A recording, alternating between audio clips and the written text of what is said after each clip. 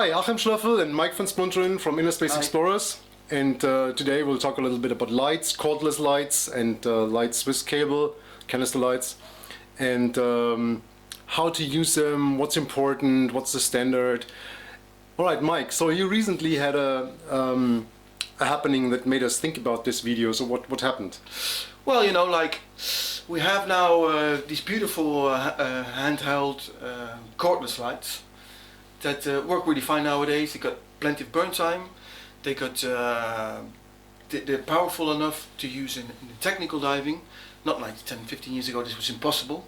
But we have these lights now. Some people show up on courses with these lights. So as you guys probably know, normally and traditionally we use canister lights on the right side. We put the long hose under it. And well, you know, I just noticed a few problems in the sense that, you know, people lose a little bit the basic idea of how it used to be. Well, that's not really a problem, but there's of course a few other problems, like that you can lose a light that is different to clip off. If you move it from your left hand, like we used on the left hand, to the right hand, you see lights without Goodman handles, which for us is a must. Yeah, it looks a little bit like people. When these cordless lights came up, it looked a little bit to me like people started to use all kind of shitty lights because oh yeah, you don't need a canister light anymore, so I can buy the $30 Chinese light. Yeah, a Chinese light that 5 watts and I mean just something like a torch. Yeah. And we see some weird things. And you also told me that actually there's agencies out there that came up with kind of rules, so you cannot use this and that light for this and that course. So okay, so this is what we're talking about. Of course, you know, I see we want to you know, be open to especially to new technology like this, and I think we can safely say that these lights are not going to go away. They're going to stay. No, actually, I mean, when you look at the development of the industry in the early days, where we had these huge battery packs with lead acid batteries in there and 50-watt halogen bulbs, and then the batteries got better, and then came the HID technology, and then it was HID with naked batteries, and then came the LED technology, and the lights became brighter and the battery packs became smaller, and at some point there was no reason for a separate battery pack anymore. So it's a development that we just have to follow. I mean, it's a natural way, and obviously a light from today is 100 times better than it was 20 years ago. So we just have to learn how to adapt our standards and our procedures to this new technology and the smaller lights that come along with it. Yeah, so I think, you know, this is unstoppable. So, but also in technical diving or in cave diving, people will use these lights because there's so many advantages to it, and so we're not going to have anything that says you cannot use a light. I think.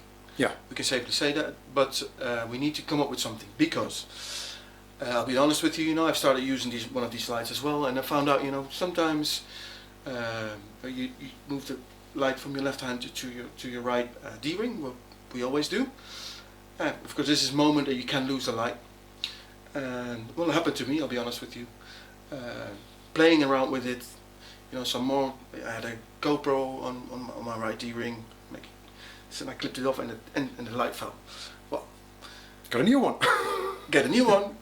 Yeah, but you don't want to lose your light, really. You know, you just jumped in the water and it's blue. It's 100 meters below you. We're going to do a wreck at 60 meters. You don't want to lose your light. So I discovered that, you know, maybe, you know, a proper bolt snap, 1 inch. We can put your finger through, you know, and practice this. Get it off. A Goodman handle, of course, is a must. Let's have a look at the stuff. Yeah. Okay. All right. So now we have the setup, and with the canister lights underneath the belt, and I mean the procedures on these lights are pretty clear. Unless it is not in your hand or in temporary position, it is clipped off. It's nice and tight, and even if I'm in a horizontal position, I mean, nothing happens. It's on the inside of the D-ring. Remember the sequence. And if I take it out, we also teach a proper procedure. I unclip it, I pull it out, it goes on my hand, and I follow the cord back to my canister to make sure it's not underneath the long hose or entangled somewhere or underneath the harness. whatever. And there already comes the reason for the rigid Goodman handle.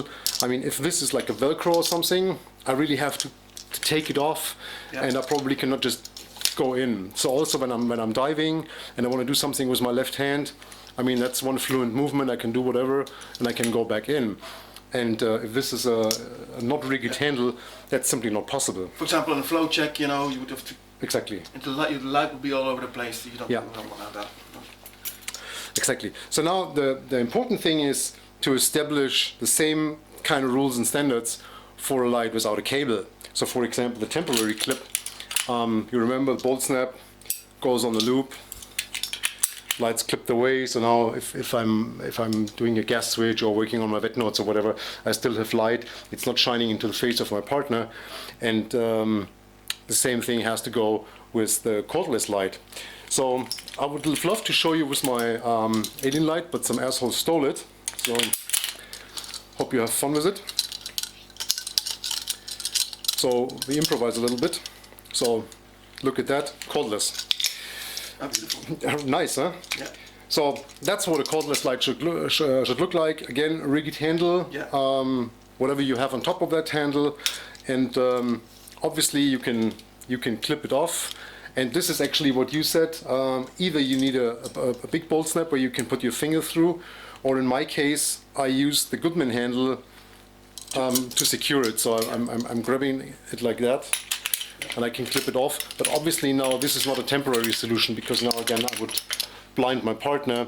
So there has to be either a loop in the back or an additional bolt snap. Yes, exactly. So when you have it in temporary storage, it hangs like shining down. And be aware that if you use a cable light, usually the loop is on the cable and the weight of the light head makes it point downwards. So if you don't have the cable, either you need a relatively long loop, which is not a good idea, or you have to have an attachment point on top of it where you can put your double ender. Exactly. Or a permanent bolt snap, doesn't matter. So eventually we'll achieve exactly the same as what we what we used to do. Yeah, and I mean, instead of like following the cable when you put it on your hand, it's the other side around. When you clip that thing off, as you don't have the cable as a backup security, I mean, when you clip it off, it should become a habit to really check it. And I do this actually with all the stuff that I'm clipping. Even if I put my my working double ender away, I mean, I clip it in and I quickly do this just to make sure. And you also want to feel that it's not like on top of another bolt snap, which I see a lot of times, because if there's no pull here, I can say, okay, that's wrong, and I can refix it. Because when I need it, and then I mean the gate's blocked because it's on something, I mean it's always a pain, and you make sure you don't lose lose your stuff. So now we're gonna develop some nice material on that, standards. Yeah. And but everybody will be able to use cordless lights. Also in the technical on a technical course, and yeah, so there will be no ISE standard saying like you cannot use a cordless light on a level 1 class or something like that. As long as the light has enough power to support you on the kind of dive you're planning, and it has enough light power to be bright enough to compete with your partner, yeah, then it should be fine. Yeah, then it should be fine. So it's no problem. I mean, for example, the alien light is a perfect example. I mean, I use mine for cave diving and wreck diving and everything, and never had any issues. Yeah. So hopefully the new owner has the same joy with it. Yeah. So. Okay, guys. So I hope you enjoyed our little chat here on these new lights, and yeah, keep on practicing, and we'll show you the way. IEC rocks. Definitely. If you like the channel, please subscribe if you have not yet. Follow us on Facebook, and I'll see you next time. Bye-bye. Bye-bye.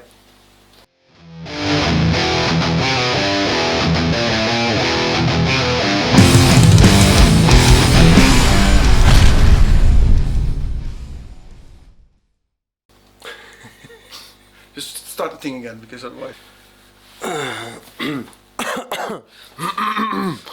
Maybe we should...